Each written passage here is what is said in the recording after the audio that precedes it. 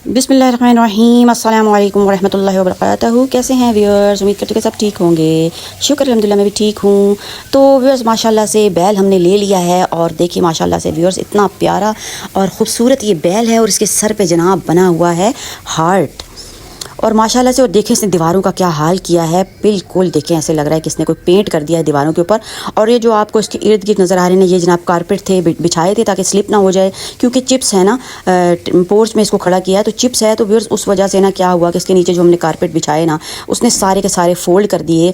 तो व्यूअर्स मैंने सोचा कि अपने व्यूअर्स को भी जो है वो दिखाऊँ कि माशाल्लाह से हमारा बैल कितना प्यारा है। और हार्ट देखें ज़रा किस कदर खूबसूरत लग रहा है। ये उस रब की शान है जनाब कि रब ताला को देखें खूबसूरती पसंद है और रब ने कितना हसीन इसको बनाया है।